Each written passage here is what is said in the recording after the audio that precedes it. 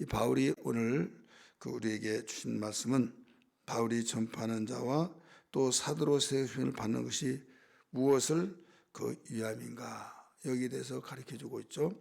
그래서 바울은 사도로 세우심을 받았다.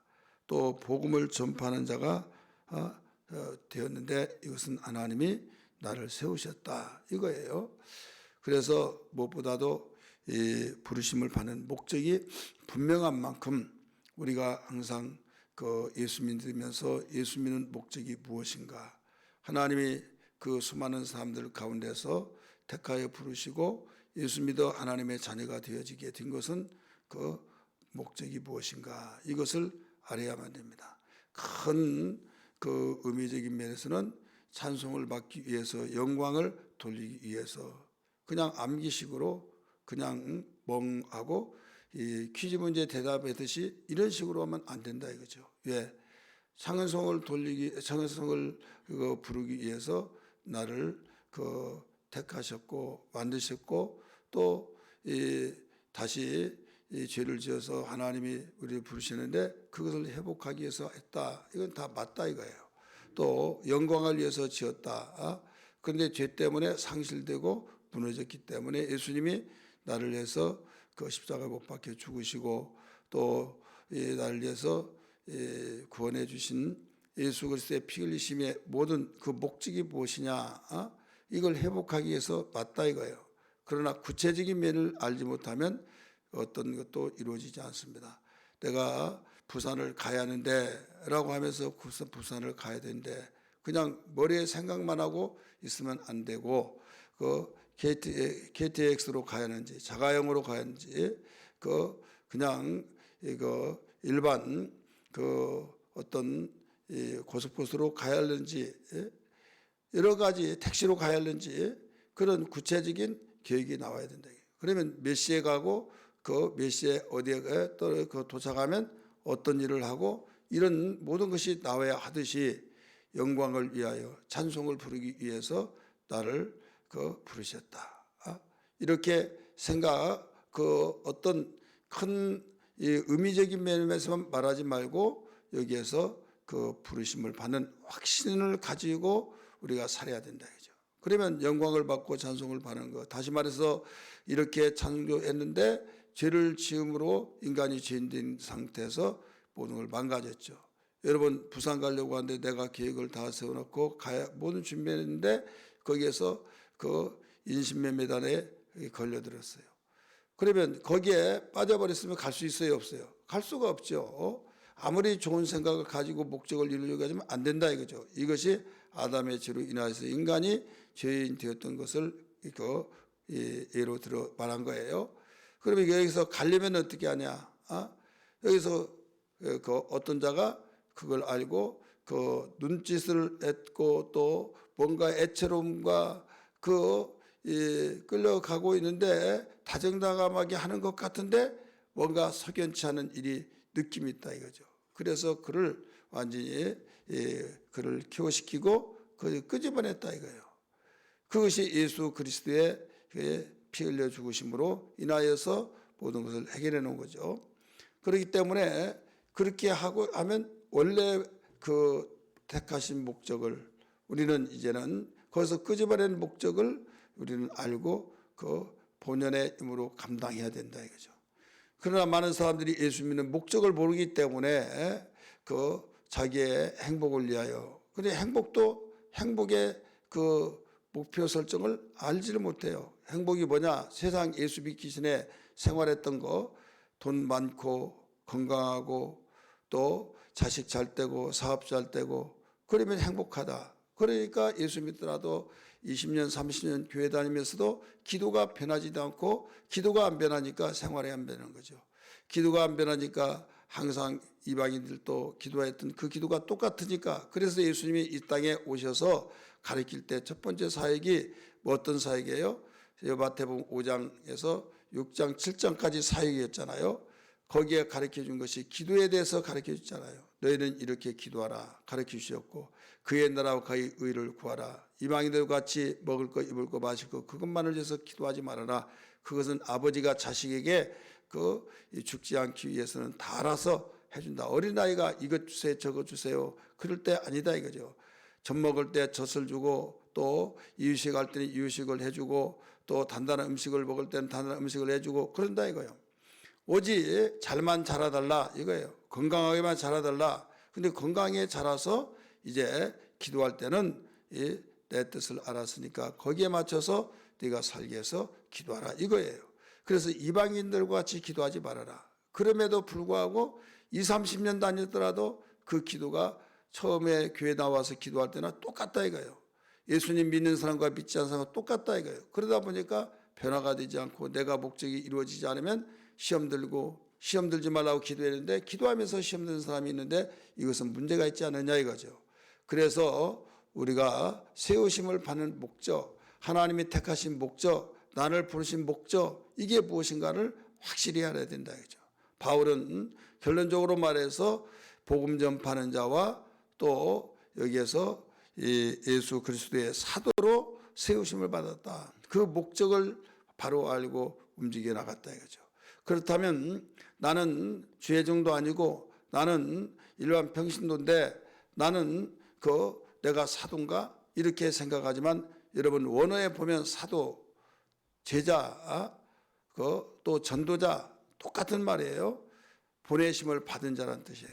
보내심을 받은 자. 그래서 우리 모두 예수 믿는 사람은 하나님께서 만세전에 나를 택하여 불렀다. 기도할 때 기도하는 어떤 분들은 그런 기도 많이 해요.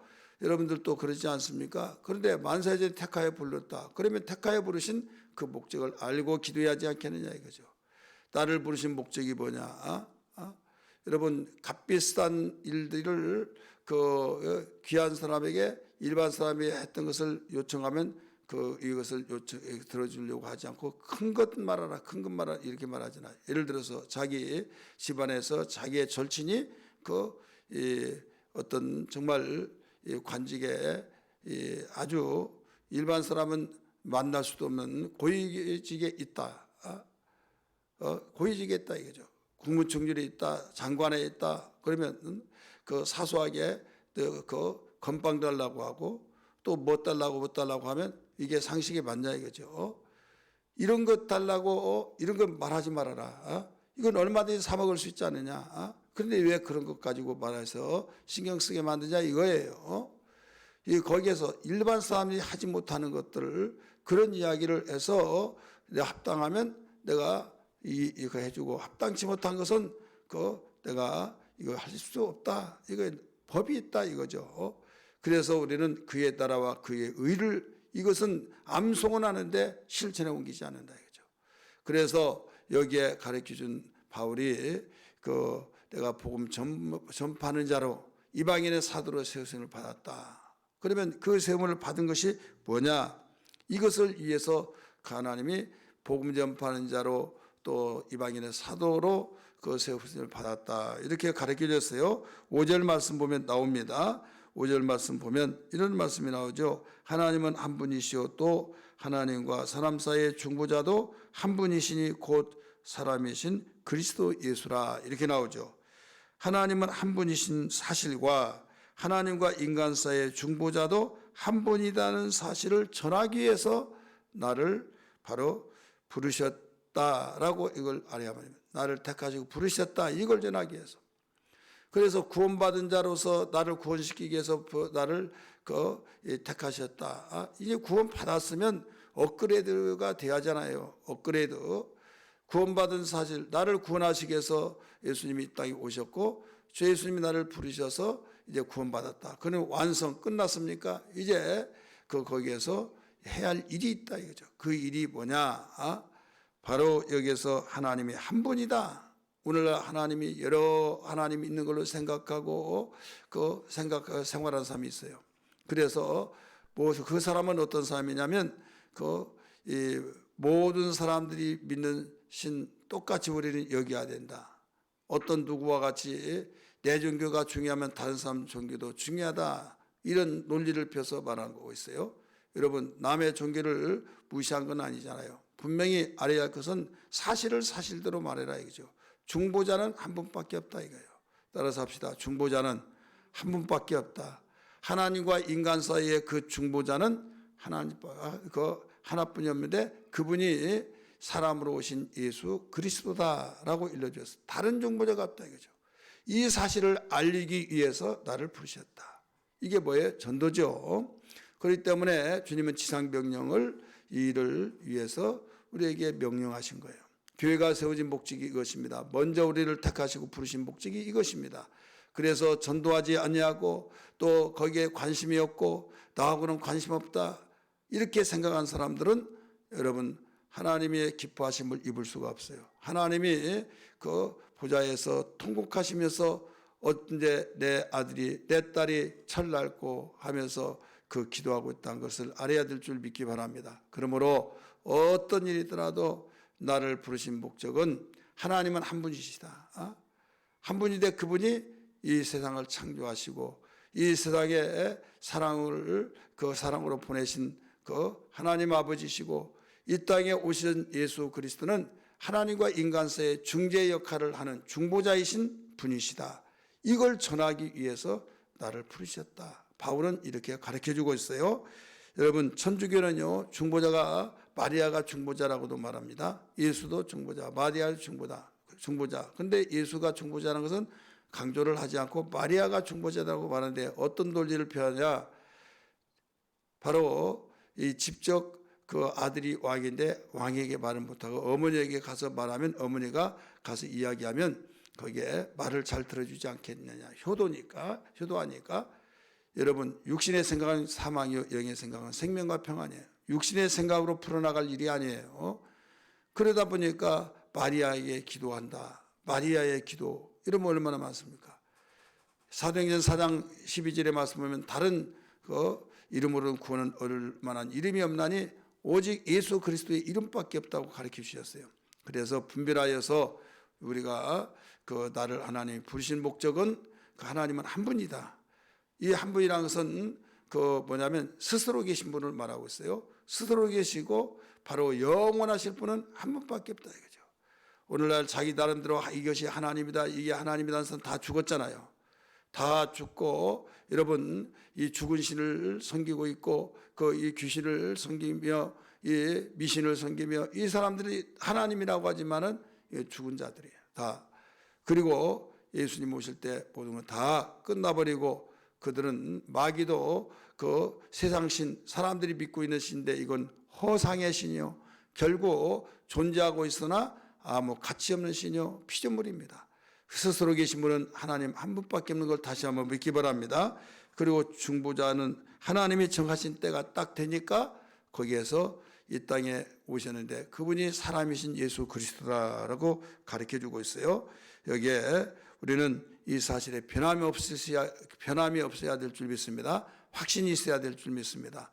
갈라디아 4장 4절의 말씀 보니까 하나님 아들 예수님은 그냥 오신 것이 아니라 하나님의 정하신 때가 되니까 오셨다라고 말씀하셨어요.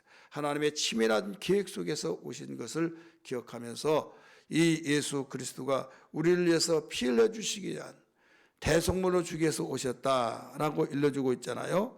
그래서 오늘 여기에 있는 말씀 우리 특별히 6절에 기약이 되어서 오시는데 대속물로 주기 위해서 오셨다고 말씀했잖아요.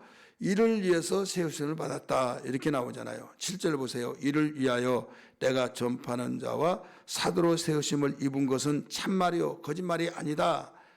바로 믿음과 진리 안에서 내가 이방인의 스승이 되었다. 우리는 모두 이방인의 스승이 되어야 될 줄 믿습니다. 그 이방인의 스승 여러분 교회 안에서는 겸손으로 서로 허리를 동이고 섬기는 자가 되고 또 이방인의 스승으로 섬길 수 있는 이 신앙이 온전한 신앙이에요.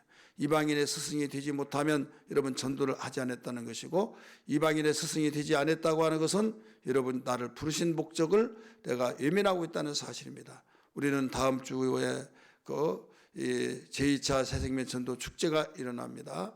시작해서 결단 예배가 되어지고 월요일부터 21일 짧은 시간들입니다. 여러분 이를 위해서 기도하고 함께하기를 주의 이름으로 축원합니다. 할렐루야.